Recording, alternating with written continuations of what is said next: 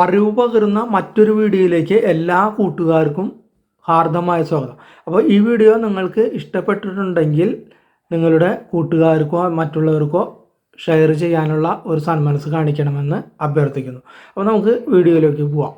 ഇന്നത്തെ വീഡിയോയിൽ നമുക്ക് കാണുന്നത് നമ്മൾ വയനാട് നമുക്കറിയാം, അവിടെ ഉരുൾപൊട്ടൽ എല്ലാം ഉണ്ടായിരുന്നു. അപ്പോൾ പാലം തകർന്നു പോയി. അപ്പോൾ അവിടെ ഒരു ബെയിലി പാലം പണിയാൻ പോകുന്നു എന്ന് നമ്മൾ പത്രത്തിലെല്ലാം വായിച്ചതാണ്. അപ്പോൾ എന്താണ് ഈ ബെയിലി പാലം? ബെയിലി പാലം എന്താണ്? ചിലപ്പോൾ PSCയിലൊക്കെ അടുത്ത പ്രാവശ്യം ചിലപ്പോൾ ചോദിക്കും ബെയിലി പാലം എന്താണ്, ആരാണ് ആദ്യമായി തുടങ്ങിയത്, കേരളത്തിൽ എത്ര ബെയിലി പാലം പണിതിട്ടുണ്ട്, ഇന്ത്യയിൽ എത്ര ബെയിലി പാലം ആദ്യമായി, അതിനെക്കുറിച്ചൊക്കെ നമുക്ക് ഒന്ന് വിശദമായിട്ട് ഈ വീഡിയോയിലൂടെ നമുക്കൊന്ന് പരിശോധിക്കാം.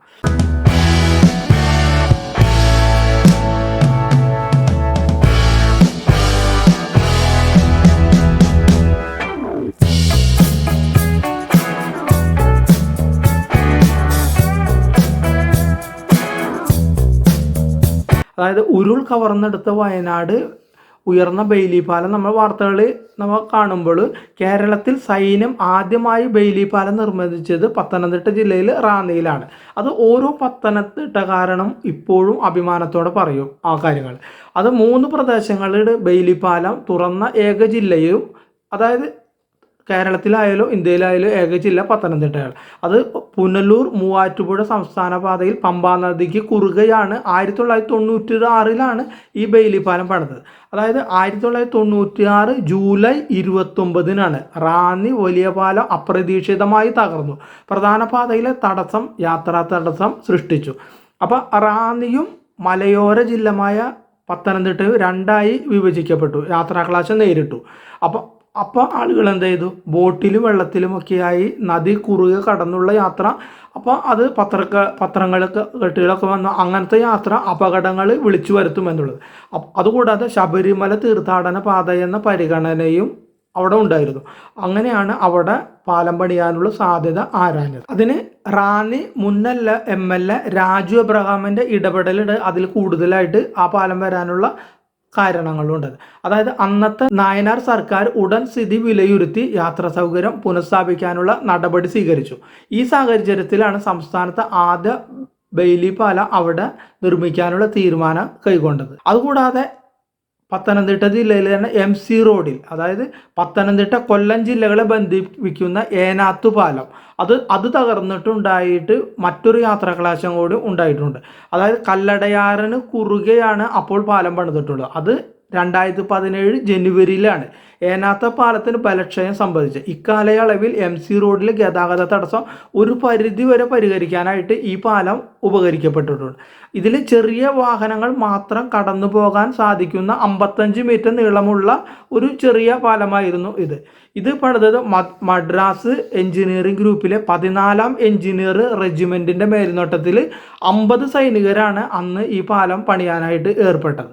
ഇത് 5 മാസത്തോളം ഏകദേശം ഈ പാലത്തിലൂടെ, ഏനാത്ത് പാലത്തിലൂടെ ചെറിയ വാഹനങ്ങൾ കടന്നു പോയിട്ടുണ്ട്. പിന്നീട് പാലം നവീകരിച്ച ശേഷം ബെയിലി പാലം പൊളിച്ചു നീക്കുകയാണ് ചെയ്തിട്ടുള്ളത്. നമ്മുടെ ഇന്ത്യൻ കരസേനയുടെ ചരിത്രത്തിൽ കരസേന ആദ്യമായി നിർമ്മിച്ച ബെയിലി പാലവും റാന്നിയിലൂടെ ആണ്.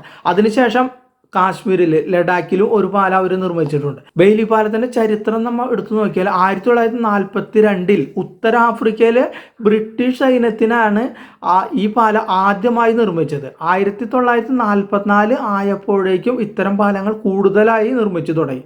അതായത് ബ്രിട്ടീഷുകാരൻ്റെ കണ്ടുപിടുത്തമായ ഈ പാലം ലോകമെങ്ങുമുള്ള ദുരിതബാധിത മേഖലയിൽ അല്ലെങ്കിൽ യുദ്ധസമാനമായ മേഖലകളിലെല്ലാം രക്ഷാപ്രവർത്തനത്തിൽ ഇന്ന് വളരെ വലിയ പങ്കാണ് വഹിക്കുന്നത്. അതിൻ്റെ ചരിത്രം നമ്മൾ നോക്കിക്കഴിഞ്ഞാൽ 1942 2ാം ലോകമഹായുദ്ധ കാലത്ത് ബ്രിട്ടീഷുകാരനായ ഡൊണാൾഡ് ബെയ്ലിയാണ് ആദ്യം ഒരു ഇത്തരമുള്ള പാലം ഉണ്ടാക്കിയത്. അദ്ദേഹത്തിൻ്റെ പേരിലാണ് ഇന്നും ഈ പാലങ്ങൾ അറിയപ്പെടുന്നത്. കാരണം അദ്ദേഹമാണ് അതിൻ്റെ ഉപജ്ഞാതാവ് എന്ന നിലയിൽ അദ്ദേഹത്തിൻ്റെ പേരിൽ അറിയപ്പെടുന്നു എന്ന് മാത്രം. പാലങ്ങൾ നിർമ്മിക്കുന്നതും അദ്ദേഹത്തിന് ഒരു വിനോദം പോലെയായിരുന്നു. അതായത് പലതരത്തിലുള്ള പാലത്തിൻ്റെ മാതൃകകൾ അദ്ദേഹം നിർമ്മിച്ച് സൂക്ഷിച്ചിരുന്നു. അത്തരത്തിൽ നിർമ്മിച്ച ഒരു പാലത്തിൻ്റെ മാതൃക അദ്ദേഹം തൻ്റെ മേലുദ്യോഗസ്ഥനെ കാണിച്ചു. അപ്പോൾ പാലത്തിൻ്റെ ഉപയോഗക്ഷമത മനസ്സിലാക്കി ആ മേലുദ്യോഗസ്ഥൻ പാലം നിർമ്മിക്കാൻ അദ്ദേഹത്തിന് അനുമതി. തുടർന്നാണ് പാലം നിർമ്മിക്കാനായിട്ട് തുടങ്ങിയത്. അപ്പോൾ അദ്ദേഹം താങ്ങുപാല, ആർച്ചുപാലം, പരന്ന ട്രസ് പാലം, അങ്ങനെ പല രൂപത്തിലുള്ള പാലം അന്ന് അദ്ദേഹം ഉണ്ടാക്കി നോക്കി. അപ്പോൾ ഉപയോഗക്ഷമത പരിശോധിച്ചിരുന്നു ഉപയോഗിച്ചിട്ട്.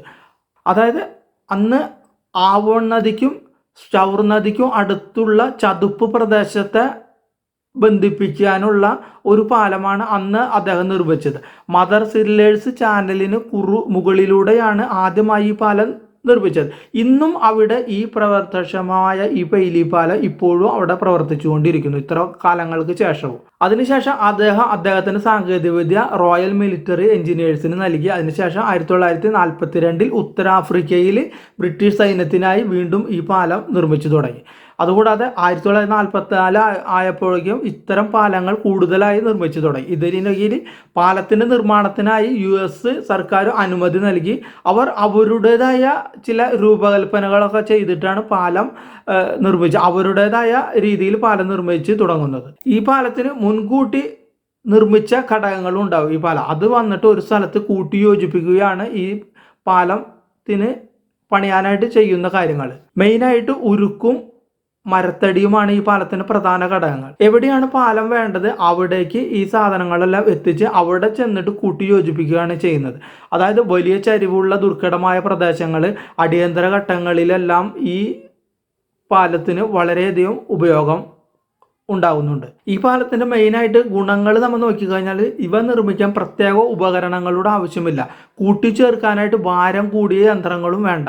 അതുകൂടാതെ തടി കൊണ്ടും സ്റ്റീൽ കൊണ്ടും മുമ്പുണ്ടാക്കപ്പെട്ട ചെറുഭാഗങ്ങൾ അല്ലെങ്കിൽ ഭാരം കുറഞ്ഞ വസ്തുക്കൾ ഒരു സ്ഥലത്ത് നിന്ന് മറ്റൊരു ട്രക്കിൽ കൊണ്ടുപോകാനായിട്ട് പ്രയാസമുണ്ട് ചെറുഭാഗങ്ങൾ.